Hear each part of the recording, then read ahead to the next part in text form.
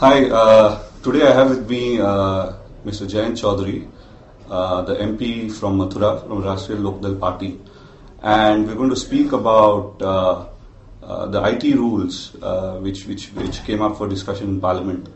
And I'm going to start by asking Jayant, what made you raise this issue in Parliament?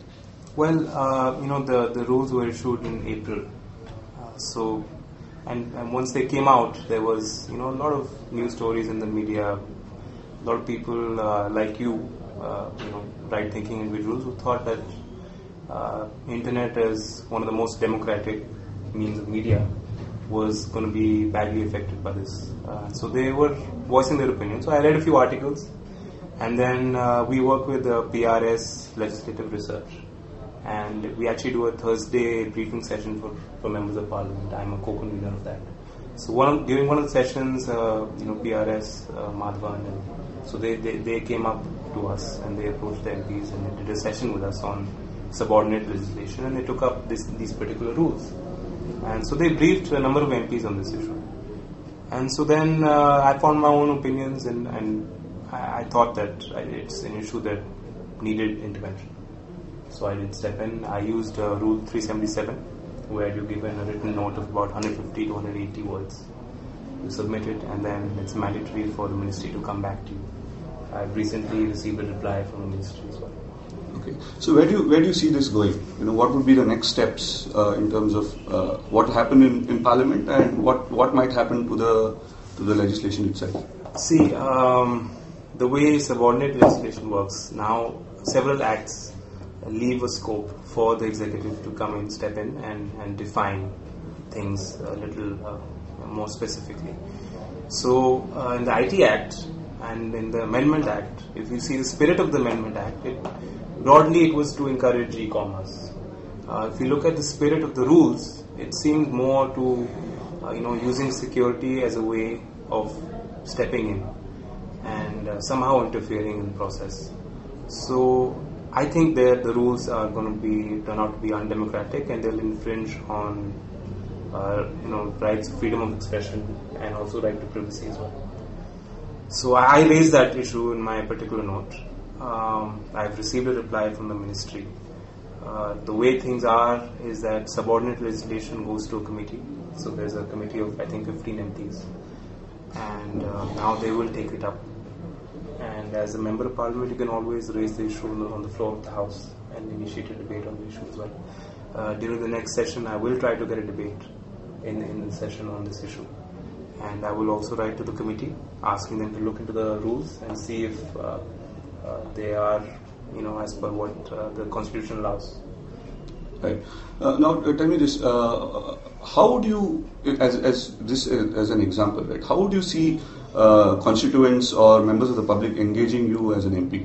How would you think it could be done in a more productive way to enable you to put across these kind of issues in Parliament?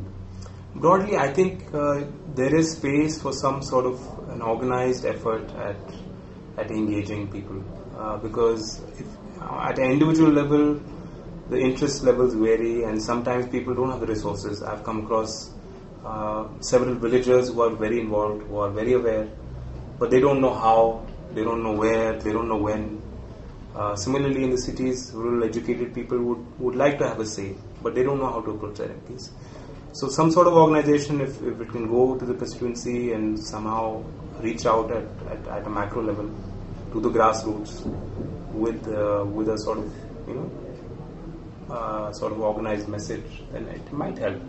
As MPs, we're constantly doing mass contact programs. But I find my own experiences, a lot of times people are not aware of actually what your legislative duties are. And today, with the role of media, elections are more about personalized connections. So if you can send out an SMS to the constituent or your worker, or if you can go attend a wedding and be seen doing these things, it seems to be today more important than it was earlier. So earlier there was, one big meeting, one big rally, and they would talk about their election manifestos. Today you don't get that sort of public media hue and cry attention about manifestos, about issues in media. And in one meeting you can't win an election. You have to go door to door campaign. So one of the consequences of that one of the consequences of that has been that it is more about the personalized sort of message that MPs convey. So therefore, I find sometimes lacking is when people come to me and approach me as a member of parliament, my constituents come to me with their problems. A lot of times problems are not issues where I should intervene. There will be cases ke police, thana, some sort of police official is not undertaking inquiry properly. That's not for me, that's for his superior to look into. I cannot decide who's guilty, who's innocent. They'll say, humne to kuch nahi kiya. Things like that. So where courts and other institutions should be intervening, where the district administration should be intervening, where other councillors, in municipalities, gaon ke pradhan, where it is their responsibility, a lot of times legislators are approached. And a lot of times due to peer pressure, public pressure, they do intervene. So I find that if people are made more aware of the legislative duties, if people look at our parliamentary role as primary and then vote on that account, then perhaps you will get a better democracy. So any organization that works to that end, I think it needs our encouragement. Thanks, Jayant. It was nice talking to you. Thanks. And we wish you all the best. And let's hope the IT rules also see a very positive outcome for everyone. Change is essential, I think. Change is essential. Thank you. Thank you.